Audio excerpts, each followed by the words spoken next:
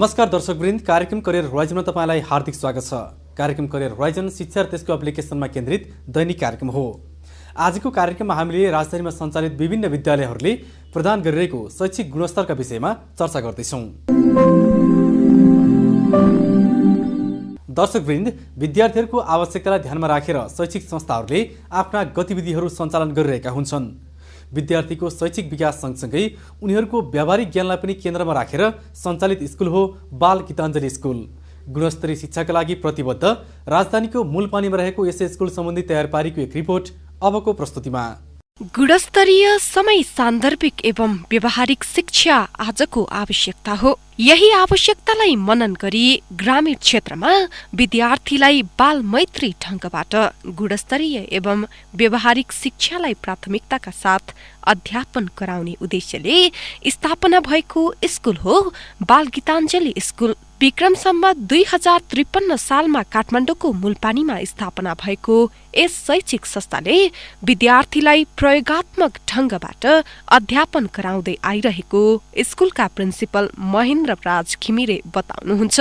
कस्तो पनि मानिसहरू, गाउँठाउँको मानिसहरू पनि राम्रो शिक्षा दीक्षा पाउनलाई सहरतिर नै जान खोज्छन्। अनि त्यसको कारण के भने यता ग्रामीण भेगमा राम्रो विद्यालय नभएर नै होला। अनि त्यसको कमी पूर्ति गर्नको लागि हामीले बाल गीताञ्जली स्कुल यो भेगमा खोलेका हौँ र अहिलेसम्म हामीले एसएलसी लगायत अन्य विधाहरूमा पनि राम्रो गर्दै आइरहेका छौँ र यताको उदाहरणीय बनेका छौँ। अब सबै ठाउँमा सरकारले दिएको पाठ्यक्रम त एउटै हो।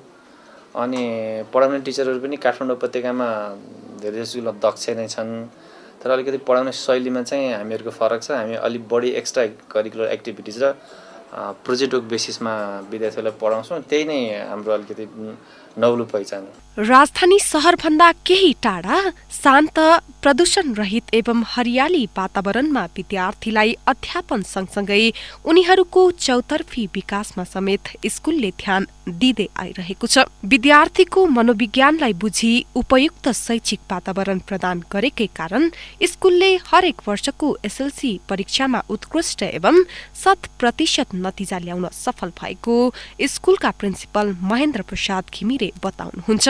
अब हामीले त एउटा गोरेटो देखाइदिने हो, विद्यार्थीले पछि आफ्नो वे निर्धारण गर्दछ। अनि अहिले नै हामीले यो हाई स्कुलदेखि नै उसलाई इकोनोमिक्स अनि population education, optional math, science जस्ता विषयहरू जो ऐच्छिक भए पनि हुने थियो त्यसलाई हामीले विद्यार्थीको इच्छा अनुसार त्यो ग्रुपमा विभाजन गरेर पढाइरहेका छौँ।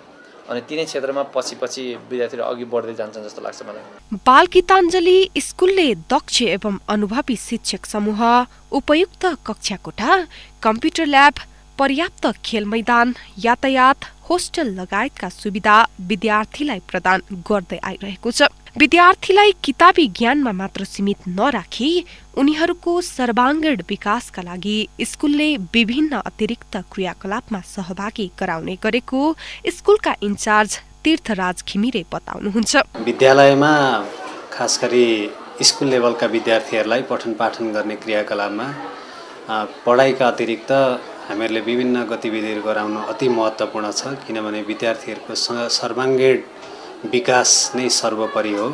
त्यसलाई मध्यनजर गर्दै हामीहरूले आफ्नो शैक्षिक क्यालेन्डरमा विद्यार्थी भाइ बहिनीहरूलाई सुहाउँदो किसिमका गतिविधिहरू हामी समावेश गर्छौँ र त्यही अनुसार कार्यक्रम अघि बढाउँदै जान्छौँ। हामी वार्षिक रूपमा विद्यार्थीहरूलाई उनीहरूमा रहेको अन्तर्निहित प्रतिभालाई प्रस्फुटन गर्ने सिलसिलामा खेलकुद गतिविधिहरू हामी नियमित रूपमा गर्दछौँ।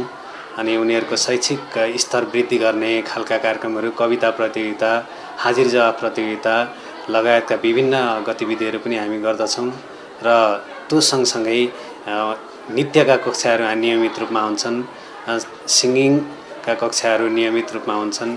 त्यसले गर्दा विद्यार्थीहरूले पढाइलाई चाहिँ एउटा फनको रूपमा लिएर अघि बढ्दै गरेका छन् र त्यो क्रमलाई नै अघि बढाउँदाखेरि विद्यार्थीहरू खुसी भएको मैले महसुस पाएको छु। अभिभावकको प्रतिक्रिया पनि राम्रो मैले पाएको छु। समय समयमा शैक्षिक भ्रमण, विभिन्न खेलकुद प्रतियोगिता, प्रोजेक्ट वर्क, अडियो भिजुअलको माध्यमबाट अध्यापन गराइने हुँदा विद्यार्थीलाई अध्ययनमा सहज वातावरण मिलेको छ। विद्यालयले प्रदान गरेको शिक्षण शैलीका बारेमा विद्यार्थीहरू यसो भन्छन्।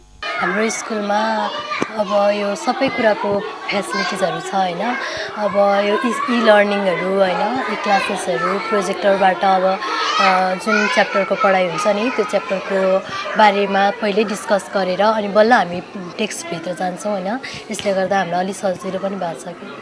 अनिखेर त्यस्तै अब अरू अब एक्सकर्सनहरू, फिल्ड भिजिटहरूबाट पनि अब जुन कुरामा एकदम पढाइरहेछ त्यही टपिकभित्रमा चाहिने जानुपर्ने ठाउँ, देख्नुपर्ने कल्चरहरू बारेमा पनि स्कुलले लगेको हुनाले हामीलाई एकदम सजिलो पनि भएको छ बुझ्नलाई। हाम्रो स्कुलले सबै फेसिलिटिजहरू, इसिएहरू अनि सबै इङ्ग्लिस मिडियमहरू पुरै राम्रो छ। अनि दिदीहरूलाई बाहिर आउट कन्ट्रीहरूमा पनि भिजिट गराइरहेको छ। अनि हाम्रो स्कुलले यस्तो ठाउँमा भए पनि राम्रो योगदान हामीलाई पुर्याइरहेको छ र हाम्रो स्कुल राम्रो छ। मलाई सबैभन्दा राम्रो लाग्ने स्कुलभित्र टिचरहरूले पढाएको कुराहरू अनि आउट नलेजहरू त्यही हो। स्कुलको टिचिङ धेरै राम्रो छ। म यही वर्ष मात्रै आएको हो होइन। मलाई त्यो म पढ्ने अर्को स्कुलभन्दा यो स्कुल धेरै नै राम्रो लाग्यो होइन। उहाँ सरहरूले पनि राम्रो पढाउनुहुन्छ, म्यामहरू धेरै राम्रो हुनुहुन्छ, उहाँहरूले पनि राम्रो टिचिङ्सहरू दिनुहुन्छ। अरूभन्दा पनि प्र्याक्टिकल्ली उहाँहरूले गराउन खोज्नुहुन्छ, हामीले बुझोस् भन्ने चाहनुहुन्छ। अब हाम्रो स्कुलमा चाहिँ अब एक्स्ट्रा करिकुलर एक्टिभिटिजमा अब प्रोग्राम अब हप्ताको मङ्गलबारहरू हुन्छ। लाइक अब स्टोरी, पोएम, सिङ्गिङ, डान्सिङदेखि लिएर अनि अरू स्काउटबाट विभिन्न भोलिन्टियरिङमा लग्ने अनि तेक्वान्दो क्लास हुन्छ हाम्रो यहाँ।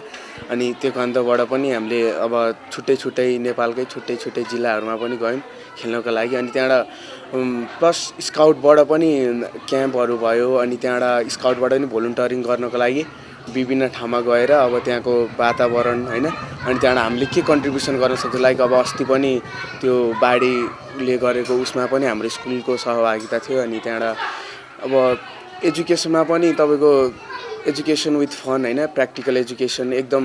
अब म 9मा पढ्छु अहिले। हामीले अब प्र्याक्टिकली गरेको एजुकेसनले गर्दा पनि अब एक्जाममा कति हेल्प भइरहेको हुन्छ होइन। अनि त्यहाँबाट त्यसमा पनि एजुकेसनमा टिचरहरूले पढाउने तरिका उहाँहरूले एकदम फ्रेन्डली पाराले होइन। अब हामीलाई कुनै पनि डर छैन सरहरूसँग क्वेसन सोध्नलाई। अब एकदम मायाले पढाउनुहुन्छ। नबुझेको कुरा जस्तै टाइम लागे पनि हामीले मजाले सिकाउनुहुन्छ, एक-एकजना गरेर सिकाउनुहुन्छ। त्यो चाहिँ एकदम राम्रो लाग्छ मलाई। विद्यार्थीलाई विश्व बजारको माग अनुरूप निर्माण गर्नका लागि शिक्षण शैलीलाई व्यावहारिक एवं जीवन उपयोगी बनाउनु आवश्यक रहेको छ, जसका लागि सरकारी स्तरबाट नै शिक्षा नीतिको परिमार्जन हुनुपर्नेमा जोड दिनुहुन्छ स्कुलका प्रिन्सिपल। पहिला त यो सरकारी स्तरबाट सोच्नुपर्ने हो। सरकारले जस्तो पाठ्यक्रम दिन्छ त्यस्तो नै हामीले पढाउनु पर्ने हो।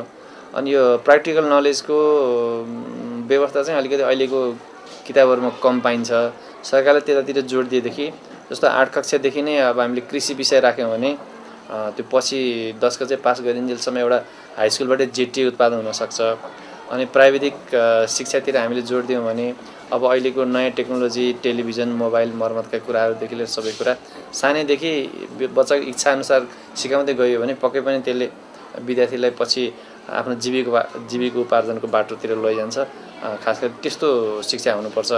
र शिक्षा नीति चाहिँ कस्तो भने सरकारको सरकारी स्कुल र बोर्डिङ स्कुल हेर्ने नीति नै फरक छ। अब बोर्डिङ स्कुललाई कम्पनी ऐनमा लगिरहेको छ, फेरि सहकारीतिर लैजाने भनेर हामीलाई एउटा अन्यल सिर्जना गराइराखेको छ सरकारले चाहिँ। अनि शिक्षा त शिक्षा एउटै शिक्षा हो, चाहे सरकारी विद्यालयमा पढ्ने विद्यार्थी लिउन् चाहे बोर्डिङमा पढ्ने विद्यार्थी लिउन्, दुवैलाई चाहिँ एउटै नीतिले हेऱ्यो भनेदेखि अलिकति राम्रो हुन्छ जस्तो मलाई लाग्छ। दक्ष एवं अनुभवी शिक्षक समूहबाट रमाइलो वातावरणमा अध्यापन हुने हुँदा विद्यार्थीले आफ्नो मनमा लागेका प्रश्न समेत निर्धक्क ढंगबाट सोध्ने गरेको स्कुलले जनाएको छ। स्कुलले विद्यार्थीको अन्तर प्रतिभा प्रस्फुटनका लागि गीत संगीत, नृत्य, खेलकुद लगायत विभिन्न प्रतियोगिताहरू सञ्चालन गर्ने गरेको स्कुलका इन्चार्ज तीर्थराज घिमिरे बताउनुहुन्छ। सबै वर्गका विद्यार्थीलाई लक्षित गरी अध्ययन गराउँदै आएको बाल गीताञ्जलीले विद्यार्थीको योग्यतालाई ध्यानमा राखी विभिन्न प्रकारका छात्रवृत्ति समेत उपलब्ध गराउँदै आएको छ। यहाँबाट गएका विद्यार्थीहरू मेडिसिन लाइनतिर, इन्जिनियरिङ लाइनतिर पनि गएका छन्, यहाँबाट पास आउट भएका विद्यार्थीहरू चाहिँ। अनि यहाँ हामीले सानै कक्षादेखि समुदायमा भिज्ने किसिमका कार्यक्रमहरू लिएर आउँछौँ। अनि जसले गर्दा विद्यार्थीहरू जुनसुकै क्षेत्रमा गयो भने पनि यहाँको स्टुडेन्टहरू सक्सेस हुन्छ। दर्शकवृन्द, आधुनिक विश्व बजारमा प्रतिस्पर्धी बनाउनका लागि समेत विद्यार्थीहरूमा व्यक्तित्व विकासको भूमिका रहन्छ, जसलाई बाल गीताञ्जली स्कुलले विशेष प्राथमिकतामा राख्दै आएको छ।